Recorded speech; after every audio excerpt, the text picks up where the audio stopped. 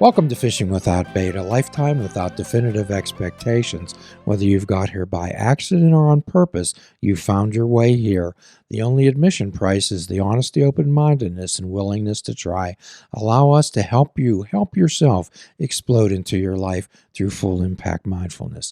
My name's Jim Ellermeyer. I'm a behavioral health therapist, and today we're going to continue our conversation with our guest, Santina Grace.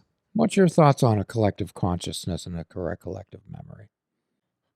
So, collective consciousness for me, it's more of like this feeling of like I've noticed that people are more in tune with their spirituality and they understand what energy is. That wasn't the way that it was 20, 30 years ago. People didn't talk about energy, people didn't talk about that kind of stuff. Um, so I noticed that is a collective consciousness has shifted. And your other question was collective Collective memory. memory. Yeah. So that is interesting because I've even felt like people have their own perceptions of memories. And it's very different and unique and filtered and based on kind of where they were and what their life experience is. So that's why I think this kind of plays well into this illusion of separateness because you and I might have witnessed the same exact accident or crash with a car and you saw it from a different perspective than I did. So our memories are going to be a little bit different of that scene, but it's really, really important that you tell me what you remember, I tell you what I remember, and somehow we put those pieces of the puzzle together to get to, okay, this is the actual recording of what happened. Do you know what I mean? Mm-hmm. So that to me, that creates that illusion of separateness just simply from being at a different angle or a different perspective or a different vantage point is the illusion of separateness. While our long COVID isolation did nothing to dispel. Yeah. But I do feel, and we did talk about this, that it was a really great time. I think most people used it to really reassess what was important to them in life. And I think if you didn't do that, you missed the boat. I hope so, Santino. Yeah. What I do know is that it added about 20 pounds onto me. Oh, for sure. Yeah. Yeah. It really, it stunk as far as like people's personal health and well being because if you weren't super home gym motivated, it was a hard couple of years. But So when you're dealing with people and you look at somebody, the Buddhists refer to depression as the long night of a dark soul. mhm, And when you encounter someone who has that dark soul, mhm, not an evil soul mhm. or some type of malevolent force, but just a dark soul that is feeling Yeah, I hopeless. mean, I myself have battled through depression. I think most human beings on this planet at some point in time, if as long as you're alive, you're going to battle depression. It's going to happen to you. In my particular situation, I was laid off from work for a good 10 months. And when you don't really have a role in society, you do get this really weird headspace of like, I don't really have a purpose. I don't know where I fit. And the world is kind of continuing on without me. And it does create this darkness. And, what happened for me in that space is, and I love trees and plants and all that stuff. I had a house plant. It was a palm tree. Every single palm fell off of that poor Hmm. tree. And I felt like that tree was my teacher in that moment to say, you got to stop this because, you're just kind of focused on all the things that are falling away and not looking at opportunities of what you can build. And so for me, I was like, you know what? I just got to get back out in the world again. And I thought, what is one thing that I'd love to learn about? And I was like, well, plants. I like plants. So I went and worked at like a flower at like a greenhouse Hmm. and learned all about plants and just kind of got in that space again of like being with the society, working. And then I was like, you know what? I'm going to start applying to jobs that I really want to do and did. And then I ended up right back there in the grind again, all happy to do it. But that's how I just sometimes it isn't as easy as just kind of sometimes you don't have a plant teacher, to show you you can't continue on this path and you've got to change something. Well, it But sounds like you were adaptable. I was adaptable, but it was really, I mean, it's difficult, and I really have a lot of compassion and empathy for people who are in a really dark space, because it's a really unique area to inhabit, because you really do feel like nobody could possibly understand the devastation and the loneliness and the solitude and the darkness that I feel. But the more that you understand, yeah, you know what? Probably somebody has felt that. Probably you're not alone in this. And the more that you connect in with somebody who might have a similar experience, the better off that you might be. But it's really hard to take that advice. Sometimes I think the advice that we need is the one that is the hardest for us to take. And I don't know why that is, but it is. Were you able to ask for help and connect with your Mhm. spirit guides during that Mhm. time? Yes, I was actually. I mean, it's interesting because, whenever you're in a depressed space, as somebody who's spiritual, like, people who you just want to cut people out and you want to disassociate. I kind of did that a little bit with my spirit guides. I was like, I don't really need to hear from you right now. But they never stopped. Like, I always had them chiming in. I always had them kind of saying, it doesn't have to be like this. You don't have to go through it. And I just remember being like, yes, it does. Leave me alone. Because that was the space where I was in. Mm-hmm. And I needed to be in that space for that moment in time. But, yeah, I don't think they ever gave up, but I certainly did try to tune them out, and at times did. Okay. So So, what was your moment of clarity? How did you move through that? so for sure, it was like looking at this tree going, "Oh my god, Mm, this tree is feeling my energy. This tree is absorbing all of the negative energy, and I'm actually killing it. I'm killing," and I was watering it and doing all the things I was doing. But like, seeing something outside of yourself sometimes I think is the thing to snap you out of it. And for me, that's what it took. It took for me to see that I was impacting another living thing in a very negative way. uh, And I was like, I got to change. This can't be the way that it is. And, I didn't have another person there. If I had had a person that I lived with, maybe I would have seen that. But I was living by myself, and my plants were my I don't know, companions. did the palm begin to thrive? It did. As soon as I started, like, changing my energy, and I'm gonna tell you, this thing is so big in my house now that now I have to trim it back.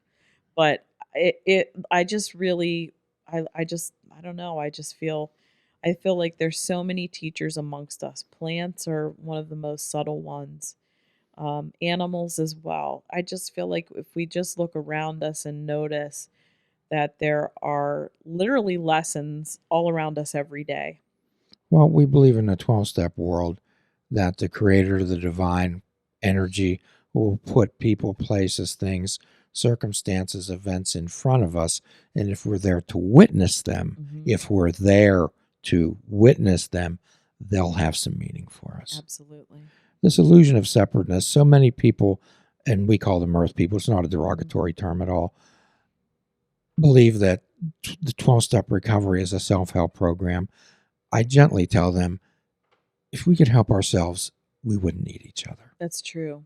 I mean, it's the whole thing. It takes a village. I really do think that, we're better when we have support, when we have each other. I mean, it sounds cliche, but we are really stronger together. I mean, many hands make light work. And also, when you can have others who've been through something, who you can connect with and relate to, it just makes you not feel so alone, and it makes you feel like, okay, well, if they overcame this, then I probably can too. So I think there's so much value in just talking about things, and just kind of also listening. Listening is 80% of communication. And Mhm. quite often, when I deal with interns, they'll always want to fix something right away. They hear all these things and they'll want to jump right in and fix it. And I help explain to them that a big part of our job is sitting with people through the pain. It's true. Yeah, sometimes there just isn't an answer. It's just about being there as somebody who holds a space and just witnesses and says, I see you. I see the pain that you're in. And I can't do anything about that pain, but I can be here with you until it passes. So during this whole time, we're never really alone, even when we're by Mhm, ourselves, as our subconscious mind is speaking to our conscious mind through dreams and imagination. mhm, So I'm a follower of Carl Jung's thoughts that dreams are literal, dreams are real, dreams need to be taken seriously and not just described as weird or goofy. mhm. So you do much dream interpretation. I do, yeah. My grandmother, I remember she had a dream dictionary when I was a kid, and we would always kind of like look things up and what the symbols meant. But the older that I got, I really kind of got away from that because to me, it's like a one size fits all kind of thing. It's like when you go and you read in the newspaper and you look at your horoscope.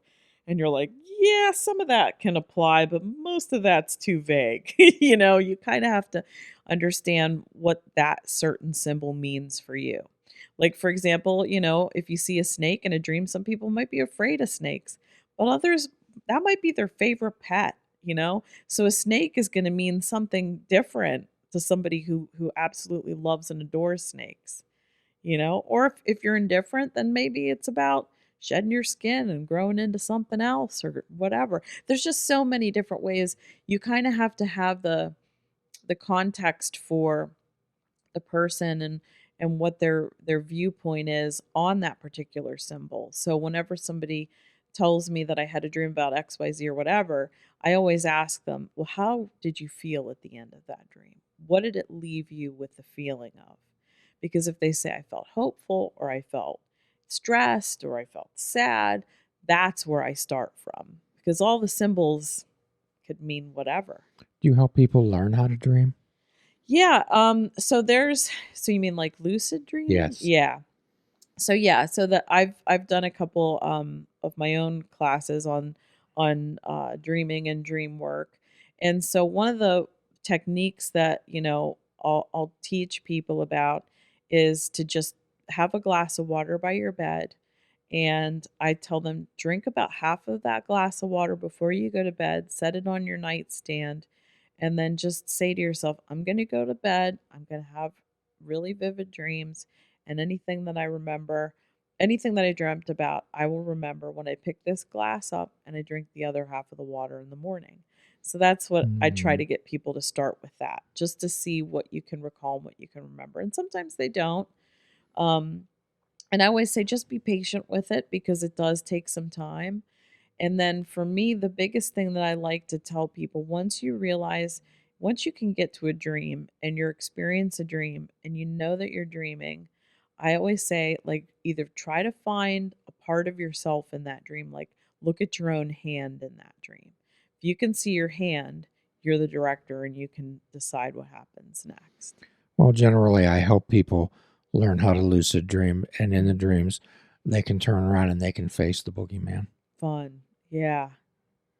Yeah. and tell the boogeyman to go Go away away. Yeah. Yeah. because most of those dreams are based on On deep rooted fear. fear. 100%. Yeah. Yeah, I mean, a lot of it, I think a lot of trauma comes out in dreaming spaces too. Much, Yeah. much, Yeah. very much so. But see, for me, I think a lot of the times I'm talking to certain people about what I'll call as dream visitations. And I've talked to you about this before, where it's such a vivid kind of visit with somebody who they very well know is deceased, but they're very much alive and sitting with them in the dream. And I'll say to people, if you can recall this dream years later and it's so vivid to you, like you had that dream last night, that was a 100% true visitation, and you were with somebody who wanted to connect with you in spirit. And I've had those dreams myself. Um, and I've even had people come to me and say, "Well, I had a visitation, but there was also some fear stuff in there." And I said, "Well, then it wasn't a complete visitation. That was you working out, like you said, some of your fears, some of your guilt connected to that person." And I said, there's a part of it where I feel their spirit wanted to connect with you, but then your own kind of emotional process overtook that experience. So that's another reason why it's super important to meditate, because I think meditation, when you can quiet your mind, it does carry over into a dreaming space. It does help with lucid dreaming. It does help for you to have, I just think whenever you can meditate and you can switch off your mind, you can go to this place where, um, I'll just call it, it's almost like you're the director. You're kind of like behind the scenes then. And so then when you're in your dream and you're aware that you're dreaming, you can kind of go, you know what? I feel like I'm going to fly tonight. Let's go for a Isn't flight. that cool? Yeah. Or you could say, you know what? I'm going to go explore a cave or whatever you feel like doing. It just becomes this, like, I don't know, fantasy kind of escape space. Well, unfortunately, what we do is we trick our brain into that we should be awake by all the blue light that we experience before we go to bed by TV, tablets, phones. And part of sleep hygiene, Santina, is that we ask people to disconnect from the electronics at least 45 minutes before they go to sleep. And because people will sit and watch 3 hours of television and then watch the news, which I don't recommend to anyone. Right. And then they'll lay in bed and toss and turn and wonder why they can't get to sleep. Yeah, a lot of times whenever I'm with, anybody who can't sleep, a lot of times they can't even get to a place where they can meditate or turn their mind off. So I'll often tell them, I used it for a while myself. Have you ever heard of like the binaural beats and the Sure. brainwave frequencies? Sometimes I'll actually say just listen to that to go to sleep, Yes. because that does, in a sense, reprogram your brain. Well, unfortunately, and believe me, I'm a believer in Western allopathic medicine. It has a lot of good uses.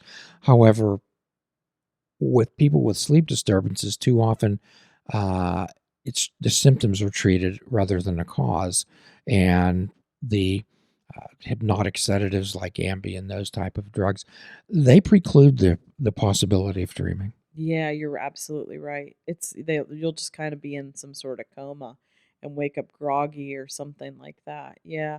I've really never taken any of those things. I've never had a real trouble with falling asleep or going to sleep. But I agree with you. You have to make sure all your electronic devices. I'm very sensitive to light. Like, it has to be complete darkness. um, I just think that we need to reset. It's the best thing we can do for ourselves. That's self-care. Many people don't think of sleep as self-care, but Well, it is self-care. it's in the old days on the dance shows, they would say, or song, they'd call it number one with a bullet. Sleep is number one with a bullet, Yeah. all the way to the top. Yeah, It's at top of the list. it is. And this time of year when it gets dark, I don't fight it. I just kind of go 7:30. Guess we're sleeping. Why not? I just don't. I'm not really kind of paying attention to what time of the night it is. I just listen to my body, and I think more of us should do that. Just listen to what your body wants. If it needs rest, maybe it's hibernation mode. When you're tired, go to sleep. When Exactly. you're not, get up. Exactly. However, we try to structure our time according to Anglo time and Mhm. not Islamic time. Islamic time is what's right in front of us. Mhm. And Anglo time is structured time, which really came into effect during the Industrial Revolution. I'll give you an example of Islamic time. I was a number of years ago. I was invited to a wedding at a mosque, and I'd been to the mosque a number of times, but never been to a wedding. And the invitation said 5 o'clock, so I got there about 25 to 5. Sat there, waited. People come in. Got to be 5 o'clock. Got to be a quarter after 5. Got to be 25 after 5. And finally, I said to the gentleman beside me, I said, "Brother, when does the wedding begin?" And he said, "When they get here." Mhm. Yeah, it's just different. Hmm. And no one was upset. No one was Mm. anxious. No one was milling about. Nope. When does this wedding start? When they get here. Yeah, I kind of like that attitude. I really do. Yes. It's like whenever you go to an island, they always say, "Oh, you're on island time now." I love that. I'm like, I'll be on whatever time I need to be on. It's fine by me. Yeah, I just don't feel like we as human beings are made to like punch a clock in, punch a clock out. It just feels against nature. I don't know. Well, it most certainly is. It upsets our natural rhythms of our body because actually, most of the people that have serious sleep disturbances and serious life issues are people who work swing shifts, Santina. Yeah, that's true. And we need them. I mean, they're critical to kind of keeping society moving too. So they don't often really get, I think, the credit that they should. But yeah, that would be difficult. That would be really hard because your body is probably always telling you to sleep and you can't listen to that. Well, Santina, it's been another lovely evening with Yeah, you. yeah. And I hope, I know the last time when we spoke, we weren't going to wait as long. But however, we'll just say we'll have you back. Yeah, that'll be good. And I'm hoping that I'm sure there'll be much more to explore and much more to talk about because you're one of the fascinating people in my life. Oh, thank you very much. I appreciate it. This was fun. So at the end of every podcast, we always offer a free prescription, and we've written hundreds and hundreds of these, and that's fruits, nuts, and vegetable, and unplug your television and take up fishing. And for a truly mindful experience, we suggest that you fish without bait. Do a kindness for yourself and do a kindness for another. Forgive yourself and forgive another. Invite joy into your life and make beautiful choices. Till all are free, none are free. Namaste, my friends.